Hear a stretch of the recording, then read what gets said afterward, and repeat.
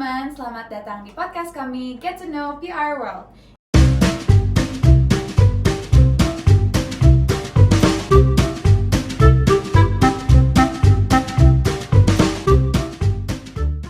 Dengan saya Asya Hafiza Diandra Saragi. Dan saya Alvisa Biasa Maul Sumantri. Oke, jadi hari ini kita sangat beruntung karena kedatangan tamu spesial yang punya pengalaman luar biasa di dunia public relations. Beliau adalah seorang praktisi PR dengan pengalaman lebih dari 25 tahun di berbagai perusahaan. Mengawali karirnya 10 tahun di kantor berita nasional Antara, kemudian dilanjutkan menjabat sebagai senior PR manager di PT Nissan Motor Indonesia selama 8 tahun. Dan juga di PT Eurocars memegang brand Porsche dan juga Rolls-Royce. Kemudian juga sempat menjadi PR manager di Yayasan Anakku Foundation dan terakhir mengajar di Interstudi. Pengalamannya yang sangat luas dan kontribusinya di bidang PR menjadikannya sosok yang sangat inspiratif untuk kita semua. Yuk kita sambut Mbak Dina Ariana Musuh. Halo Abi, halo Asya. Halo. Thank you for having me. Ya, kita senang banget Mbak, jadi kita langsung aja yuk ke pembahasan. Oke, jadi untuk yang pertama, kita kan belum kenal nih ya Mbak. Boleh nggak sih kita, aku sama Asya mau tahu gimana sih perjalanan Mbak dari fresh graduate PR sampai akhirnya berkarir di bidang public relations? Apa saja tantangan di awal-awalnya? Oke. Sebelumnya saya mau memperkenalkan diri ya, Dina Ariana Musuh. Saya juga lulusan Vkom, jurusan Humas tahun 1986. Awal mulanya waktu lulus tahun 1992, PR itu belum banyak dikenal ya di Indonesia. Jadi waktu memilih jurusan itu pengennya komunikasi, tapi jurusan humas apa ya, humas itu ya belum tahu. Kemudian waktu lulus juga mau, dulu kepikiran hanya lulus itu kalau kerja PR itu di hotel, karena saat itu yang terkenal sebagai seorang PR manager itu Raisita. Mungkin kalian nggak ada yang kenal ya, pernah kenal nggak nama Raisita? Belum pernah dengar. Jadi beliau itu salah satu PR manager yang terkenal di Indonesia saat itu ya. Nah, tantangannya mungkin kalau perbedaannya sekarang sama dulu. Kalau sekarang kan PR itu udah banyak dikenal, udah tahu pekerjaannya seperti apa.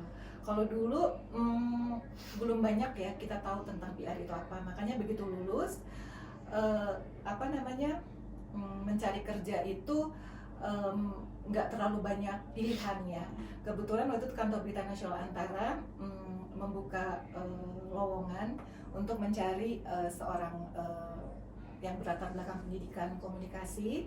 Mereka membuka satu bisnis unit yang berhubungan dengan PR. Ya, jadi kerjasama antar kantor berita yang mengurusi pertukaran berita, press release antar kantor berita di Asia Tenggara, di Asia Pasifik, dan bahkan di dunia. Jadi minim banget. Nah, tantangannya adalah waktu itu adalah kita kerja belum tahu apa-apa, belajar dengan sendirinya. Tapi yang paling penting adalah ilmu yang kita dapat di kuliah itu sangat berperan penting ya di dunia kerja. Walaupun banyak juga teori-teori yang mungkin kurang terpakai, tapi sangat penting adalah untuk memiliki dasar PR dan komunikasi yang kuat untuk kita bisa bekerja sebagai seorang PR yang baik gitu. Jadi walaupun awal-awal masih belum banyak tahu, lumayan membentuk juga untuk karir ya, pengetahuan di kuliah. Oke, selanjutnya ngomong-ngomong soal pekerjaan, apa sih peran utama seorang PR itu dan skill apa saja yang wajib untuk dimiliki seorang PR? Pertama, yang penting kita tahu PR itu apa sih ya? PR itu adalah manajemen komunikasi antara perusahaan dengan publiknya, dengan masyarakat. Publik PR itu banyak kan, macam-macam. Ada publik internal, ada publik eksternal. Internal ada karyawan, ada shareholder. Kalau eksternal itu ada media, ada stakeholder kita, masyarakat, konsumen ya, itu kan eksternal. Jadi kita harus tahu. Nah, 4 elemen yang penting dalam manajemen komunikasi itu adalah perusahaan, organisasi dan publik. Ya, jadi kita harus menguasai itu. Nah, untuk menguasai itu kita harus mempunyai skill. Apa skill yang paling penting? Seorang PR itu harus memiliki apa? Kalau menurut Abi, seorang PR itu memiliki skill apa yang paling penting untuk dia dapat menjadi PR yang baik? Menurut Abi apa? Jujur. Asya? Iya, merasa ingin tahu banyak. Seorang PR itu yang pertama harus kemampuan komunikasinya harus baik. Jadi komunikasi verbal itu menyampaikan sesuatu secara langsung. Dan yang paling penting juga harus bisa menulis. Jadi menulis itu adalah skill yang utama bagi seorang PR. Makanya kan kalian di awal dapat kuliah dasar-dasar jurnalistik nggak? Dapat nggak? Sekarang Sekarang sih jurnalistik? dapetnya publisitas, jadi kayak menulis, Tulisan humas juga. iya penulisan humas, jadi kayak menulis press release. Oke.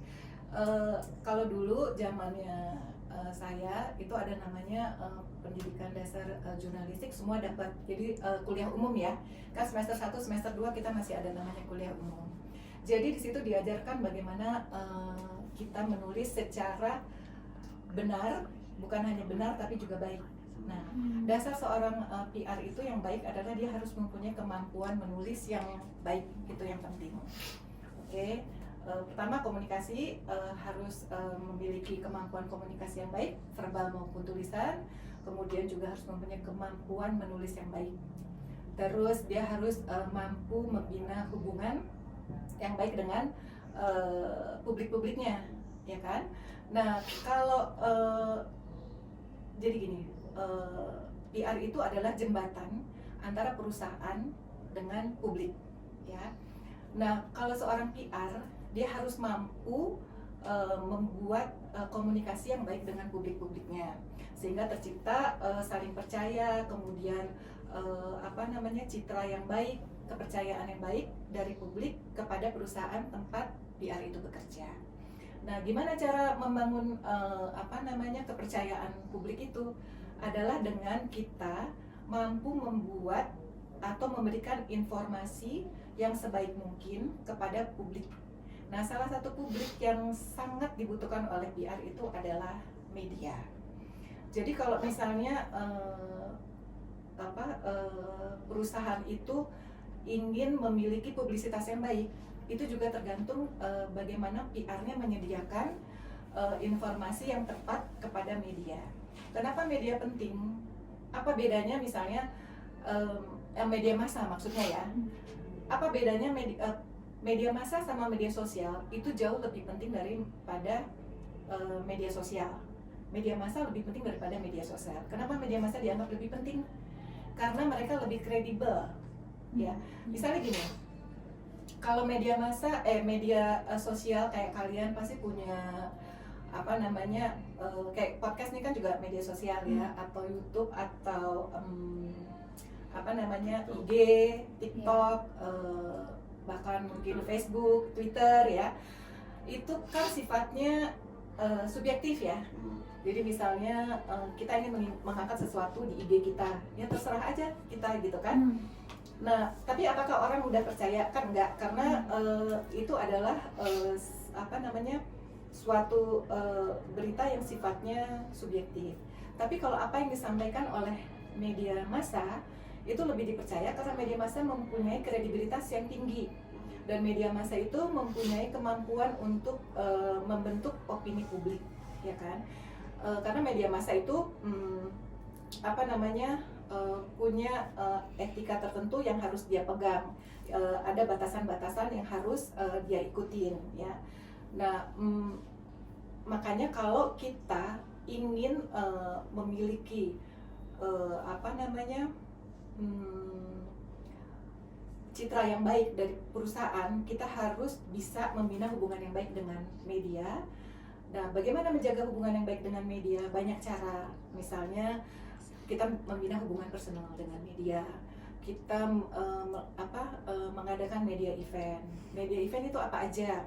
Misalnya kita secara rutin mengundang media untuk melakukan lunch meeting, breakfast meeting, atau ada sifatnya wawancara. Dan seorang PR itu dia harus benar-benar bersifat sincere ya, humble, dan mempunyai hubungan yang benar-benar jujur dan menyampaikan segala sesuatu itu berdasarkan fakta. Nah, kalau mau ditanyakan mengenai tadi skill ya, skill yang dibutuhkan seorang PR itu pertama tadi kayak saya udah bilang, dia harus memiliki kemampuan komunikasi yang baik, verbal dan tulisan, terus kemampuan menulis yang baik, kemampuan jurnalistik yang baik ya. Memiliki kemampuan jurnalistik itu bukan hanya untuk jurnalis. Seorang PR itu harus memiliki kemampuan jurnalistik supaya apa? Hubungannya seimbang dengan jurnalis-jurnalis yang jadi jurnalis media itu sebenarnya merupakan stakeholder yang sifatnya utama buat suatu PR dalam suatu perusahaan ya. Kemudian memiliki kemampuan interpersonal yang baik, memiliki pengetahuan manajemen publik, jadi mampu mengevaluasi apabila ada berita-berita yang misalnya kurang favorable atau kurang menguntungkan bagi suatu perusahaan. Kemudian memiliki kemampuan negosiasi. Negosiasi seperti apa misalnya? Negosiasi misalnya dengan media. Misalnya kita mempunyai suatu produk yang ingin dipasarkan, bagaimana kita bernegosiasi dengan media dalam hal misalnya kita ingin mengangkat atau membuat highlight dari produk yang kita miliki. Itu kan harus punya kemampuan negosiasi ya. Misalnya produk kita sama dengan produk perusahaan yang lain, tapi kita ingin yang ditonjolkan adalah kelebihan dari produk kita. Nah, gimana caranya? Yaitu kalau kita memiliki hubungan yang baik dengan media secara personal maupun secara profesional, kita harus mampu membuat media percaya bahwa produk kita itu baik dan berita yang kita buat memiliki news value, sehingga media juga mau mengangkat berita yang kita berikan kepada mereka. Kemudian seorang PR juga harus kreatif dalam arti apa? Misalnya ada suatu produk, gimana cara memasarkannya, gimana cara mempromosikannya, gimana cara memperkenalkannya melalui media. Jadi kita menggunakan media untuk memperkenalkan kepada masyarakat yang sifatnya media itu lebih kredibel ya. Kemudian yang penting juga kemampuan berbahasa ya.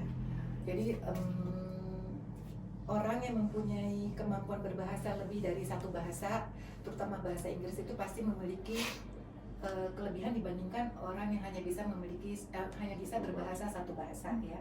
Jadi kemampuan berkomunikasi mereka lebih luas lagi. Kemudian apalagi membangun relasi yang salah satunya yaitu dengan media. Kemampuan berkomunikasi, humble dan ini kreatif. Perlu juga adalah menguasai publishing tools. Tahu nggak publishing tools apaan? Podcast ini termasuk publishing tools. Medsos, blog, website, internet, magazine. Jadi harus mampu menguasai. Misalnya gini, satu produk ini dia itu ternyata lebih cocok kalau kita menggunakan promosi melalui media tertentu, atau lebih baik melalui media event, atau lebih baik atau hanya sekedar membuat leaflet. Jadi macam-macam. Jadi kemampuan menguasai publishing tools itu juga sangat penting. Kemudian yang penting juga bagi seorang PR itu adalah berlaku baik. Harus menjadi goodwill people. Ya. Jadi jangan baik yang pura-pura, mentang-mentang dia PR, pura-pura baik gitu ya di depan media, tapi benar-benar sincere. Terus kalau bisa kita pendekatannya personal. Jadi misalnya kepada jurnalis kita kenal namanya, medianya apa, dan tidak membeda-bedakan media, walaupun media massa itu memang mempunyai ranking yang berbeda ya. Misalnya koran tertentu dia lebih tinggi dibandingkan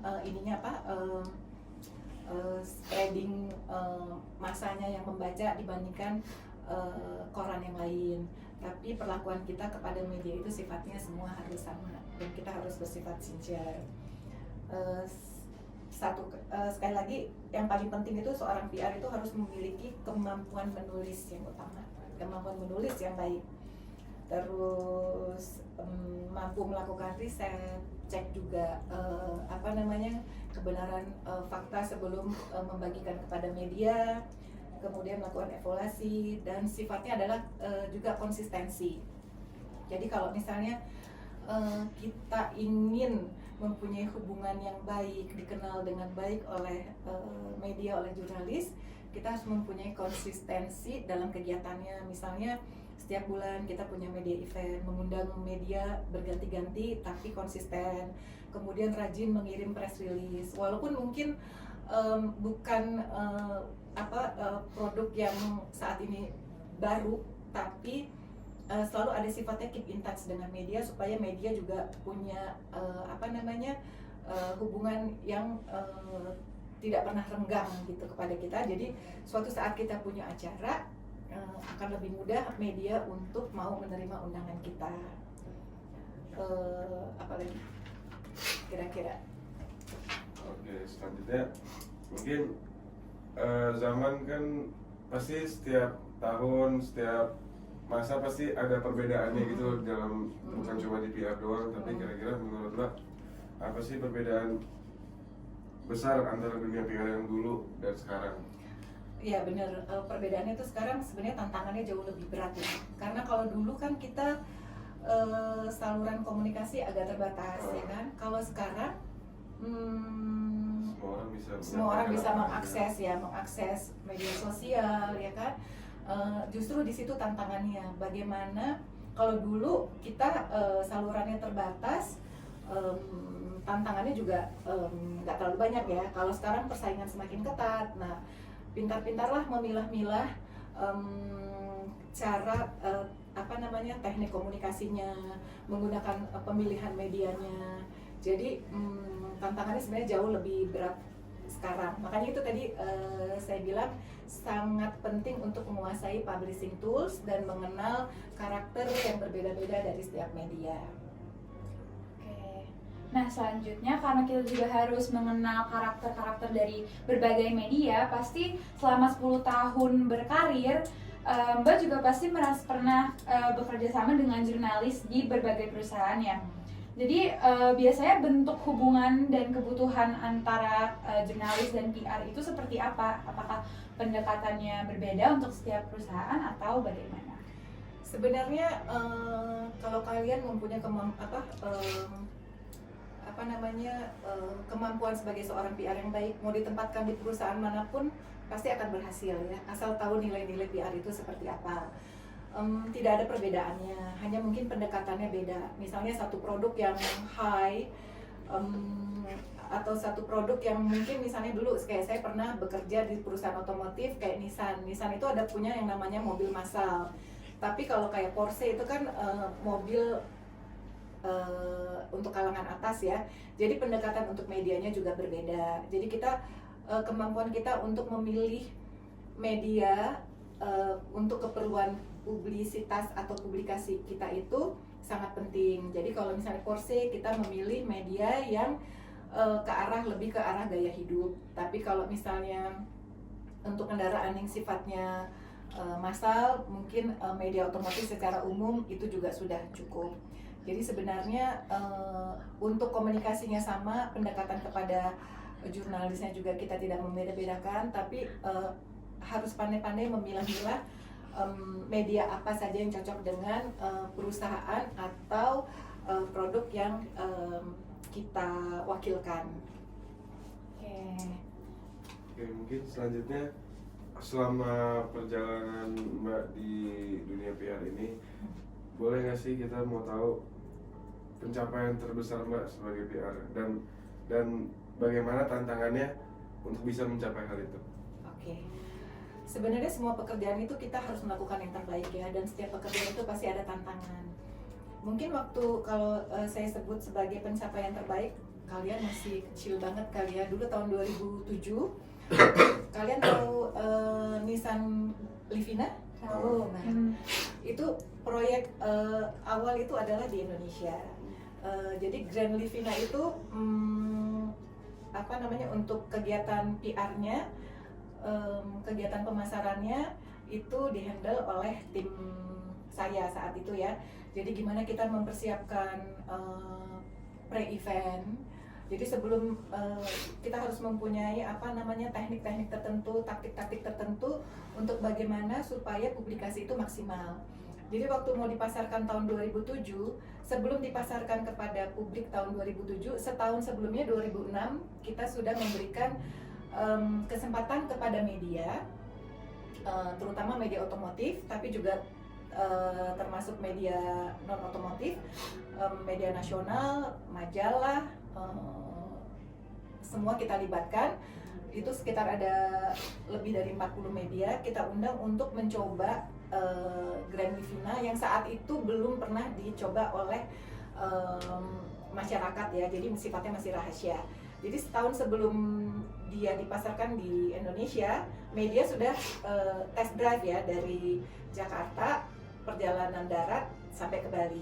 Dulu saya sampai meninggalkan rumah itu sampai 2 minggu.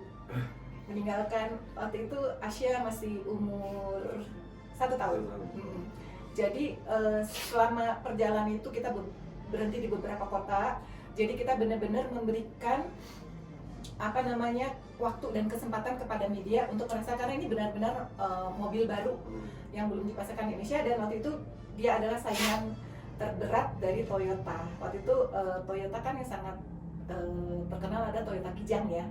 Dan Indonesia, orang Indonesia itu sangat senang yang namanya family car, biasanya 7-seater ya, karena di Indonesia itu kan biasanya anaknya lumayan banyak, kalau nggak 2-3, terus orang tua, terus biasanya bawa babysitter, bawa mbak ya kan.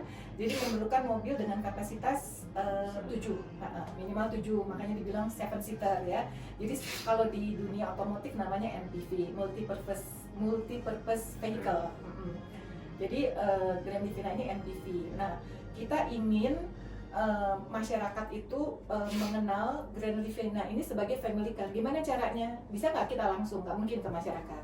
Jadi apa? Kita harus menggunakan pihak ketiga. Dalam hal ini adalah media. Dan orang yang paling kredibel, pihak yang paling kredibel untuk menyampaikan fakta mengenai mobil ini adalah jurnalis yang sudah mencoba keunggulan MPV ini ya. Waktu itu kita belum menyebut Grand Livina. Nah, setelah mereka mencoba sampai di Bali, kita memberikan sebelumnya sudah ada perjanjian. Mereka boleh mencoba, tapi belum boleh menyiarkannya. Belum boleh bikin tulisan, belum boleh disebarkan. Jadi simpan sampai nanti boleh disiarkan pada saat kita sudah launching. Jadi setahun sebelumnya mereka udah mencoba ya beberapa kali. Jadi yang paling lama itu waktu kita ngadain media event dari Jakarta sampai ke Bali. Di Bali itu ada media internasional juga kita undang, dari Australia, dari Singapura, dari Malaysia. Mereka mencoba gitu ya. Jadi basisnya di Indonesia, dari Thailand ya. Nah, karena mobil ini akan dipasarkan juga di sana. Jadi Indonesia yang pertama. Dan teknik itu ternyata berhasil sangat baik, karena pada saat kita launching Grand Livina, target penjualan kita saat itu benar-benar tercapai. Jadi saya lupa ya, waktu itu sebulan kalau nggak salah target penjualan itu 1.000 ya kalau nggak salah. Tapi ternyata sampai lebih dari 2.000 dan mereka waiting list. Jadi untuk membeli Livina itu mereka harus tunggu sampai 3 bulan. Nah itu kerjasama antara PR, tim marketing, sales team itu sangat bagus, kerjasama antar tim ya, sehingga target penjualan bisa dicapai, dan PR team waktu itu mendapat penghargaan dari Jepang sebagai best PR team Asia Pasifik kalau nggak salah. Gitu. Itu salah satu yang sampai sekarang menjadi kenangan saya. Jadi saya kalau di jalanan kalau melihat Grand Livina, walaupun bentuknya udah berubah ya dari awal ya, sekarang udah berbeda bentuk ya, tapi itu kenangan yang tidak bisa saya lupakan, karena memang benar-benar terlibat dari awal pembuatannya. Waktu itu meeting di pabrik sampai planning pemasarannya, planning PR-nya, sampai launching, sampai penjualan, sampai mencapai target penjualan. Itu yang pertama, dan itu saya bangga sekali. Keren banget. Jadi menurut saya sih udah ideal banget ya PR kami ini yang hari ini datang. Nah, karena itu Ada nggak sih tips untuk teman-teman yang ingin menjadi PR yang ideal? PR yang ideal ini tipsnya. Tadi kayaknya udah ya, sebenarnya sama aja ya, skill apa yang diperlukan itu kan juga ya. Ya idealnya itu harus kalian semua kemampuan menulis itu kan harus diasah ya. Kemampuan komunikasi harus diasah ya. Jadi kayak Abi, Asya, Niwa, JJ, kalau mau bisa berkomunikasi secara baik harus sering tampil di depan umum, harus percaya diri. Tapi bukan percaya diri itu tidak mungkin bisa kalau kita tidak mempunyai pengetahuan umum yang baik, ya nggak? Kalau orang apa namanya kan ada tuh pepatah, orang yang naik tanpa persiapan akan turun tanpa kehormatan, ya. Jadi segala sesuatu harus dipersiapkan. Jadi kalau misalnya kita mau menjadi seorang PR yang baik, kita harus mampu berkomunikasi kepada publik dengan baik. Nah, bagaimana dengan baik? Bukan hanya kemampuan ngomong, tapi kemampuan kita mengenal produk, menguasai produk, mengenal perusahaan kita. Kita sebagai juru bicara. Kalau dulu saya waktu sebagai PR, saya itu salah satu jobnya adalah bertanggung jawab sebagai spokesperson. Jadi spokespersonnya hanya ada dua, presiden direktur sama PR manager. Jadi kalau presiden direktur nggak bisa, nggak ada yang boleh ngomong kecuali PR manajernya. Karena supaya apa? Supaya komunikasinya nggak overlap ya, dan harus sama yang keluar gitu kan. Jadi kemampuan kita untuk berkomunikasi itu hanya bisa kalau kita menguasai produk kita dan kita mengerti kebijakan-kebijakan yang ada di perusahaan kita. Terus yang kedua juga harus mampu menulis naskah pidato. Dulu presdir saya yang menulis pidato, naskah pidatonya saya. PR-nya ya maksudnya ya, kalaupun saya sudah bukan PR manager yang lain yang akan. Jadi seorang PR manager itu harus mampu menulis, bukan hanya menulis press release, bukan hanya menulis berita, tapi juga harus menulis naskah pidato. Walaupun pointersnya dapat dari presdir atau dari direktur, tapi naskahnya secara lengkap itu kita yang nulis, kita yang kasih masukan, mereka yang ACC, tapi kita yang menyiapkan semuanya. Kemudian kemampuan bernegosiasi kayak yang tadi ya, bernegosiasi dengan media, juga kalau ada masalah bernegosiasi juga dengan pihak manajemen. Kalau ada masalah kan internal juga, internal itu dengan karyawan itu juga sebenarnya sebagian dari pekerjaan PR, walaupun juga ditanganin oleh HRD ya. HRD kerjasama dengan PR untuk internal relations. Kemudian itu kreatif, harus mampu gini. Kalau PR, kalian tahu nggak bedanya PR sama marketing? PR sama periklanan, tahu nggak bedanya? Kan sama-sama di komunikasi, misalnya markom, corporate communication, itu kan istilah yang berbeda. Tapi tahu nggak perbedaannya apa? Apa itu? Nggak tahu. Ya mungkin kan kalian masih baru semester 3 ya sekarang ya. Jadi gini, namanya PR itu non komersial. Jadi PR itu non komersial. Misalnya gini, kalian punya uang banyak nih, marketing, PR dan marketing jadiin satu, punya uang banyak. Kalau marketing mau membuat iklan, dia punya uang banyak, perlu untuk memasarkan produknya, pasang iklan di majalah, di koran, punya uang banyak, mampu nggak? Bisa kan? Karena kita membayar, ya kan? Selama kita punya uang, kita mau satu lembar koran atau satu lembar majalah yang memang lumayan mahal ya, itu kita mampu dan itu bisa dihitung nilainya. Tapi yang namanya PR, kita nggak boleh membayar. Pernah nggak ada PR yang memasang tulisan bayar? Nah itu bedanya PR sama marketing sama iklan, karena iklan kan di bawahnya marketing ya. Gitu. Jadi perbedaannya adalah kalau PR itu non komersial, dalam arti kita tidak bisa membayar untuk membuat publisitas, tapi kalau marketing kita bisa membayar dan bisa diukur. Nah kelebihan PR itu sebenarnya bisa menghemat budget perusahaan. Jadi once kita memiliki hubungan yang baik dengan media, dikenal baik dengan media, misalnya PR cuma punya uang 100 juta ya. Sementara untuk dulu saya ingat Kompas itu kalau bayar iklan untuk satu halaman Kompas kan, Kompas 2 lembar gitu ya. Kalau satu halaman itu aja, satu halaman bukan dibaliknya ya, itu 500 juta bayar iklan. Nah, kalau dulu saya ingat lagi mau launching namanya Nissan Frontier. Pernah dengar nggak Nissan Frontier double cab? Iya. Double cabin ya. Jadi dia kayak Jeep tapi namanya double cabin, yang belakangnya ada kayak baknya gitu. baknya. Itu untuk mobil-mobil 4-wheel drive ya. Nah, itu kita nggak punya uang waktu itu untuk memasarkannya dan belum dipasarkan. Tapi kan kita perlu yang namanya memperkenalkan kepada media saat itu ya, dengan kemampuan keuangan yang ada. Nah, saat itu saya ingat, ini saya sebut aja korannya nggak apa-apa ya, maksudnya saya punya teman baik di Kompas yang kebetulan dia menangani rubrik otomotif. Waktu itu marketing lagi pusing nih, wah kita gimana ya cara masarinnya, budgetnya terbatas gitu kan. Saya bilang gini deh, coba saya hubungin teman saya di Kompas, saya ajak dia ke pabrik karena mobilnya baru 1. 3 menit? Oke. Jadi mobilnya hanya 1 dan itu masih di pabrik, nggak boleh keluar karena belum ada plat. Jadi belum ada izin untuk jalan. Jadi kalau mau coba hanya di pabrik. Jadi waktu itu saya bilang, saya punya mobil Nissan Frontier, Bang mau nyoba nggak gitu kan, eksklusif hanya untuk Kompas. Itu namanya kreatif ya. Jadi kita harus berpikir nih gimana caranya kita membantu marketing. Nah, dari sisi PR kita undang wartawan Kompas, saya jemput, kita bawa ke pabrik Nissan di Purwakarta, itu ada sekitar 40 km dari kantor Nissan. Bawa ke sana, wartawan Kompas nyoba, memang ada track khusus untuk mobil baru ya di pabrik, nyoba segala macem.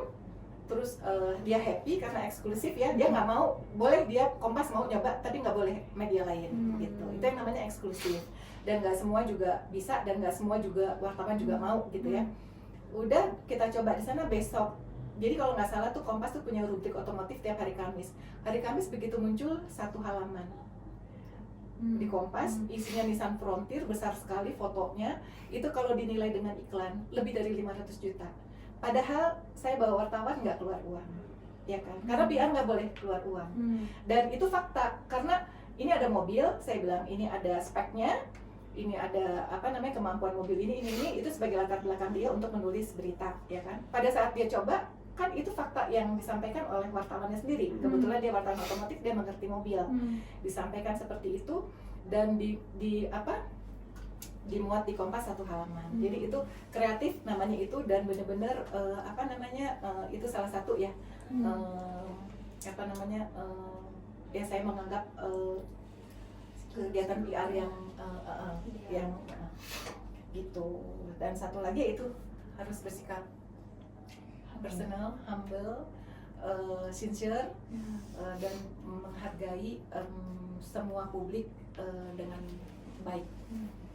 Jadi kalau misalnya intinya yang saya tangkap nih ya, seorang PR yang ideal itu harus kreatif, dapat menulis dengan baik dan dapat berkomunikasi dengan baik, mau itu secara lisan, mau secara menulis pidato dan yang lain-lain. Begitu ya. Jadi mungkin itu saja untuk pembahasan kami hari ini. Tipsnya jujur sangat bermanfaat ya. Dan terima kasih banyak untuk waktunya kepada Mbak Dina Ariana Musuh. Semoga sukses terus ya. Terima kasih Ade Asya, Ade Abi. Oke, sampai jumpa. Sampai jumpa.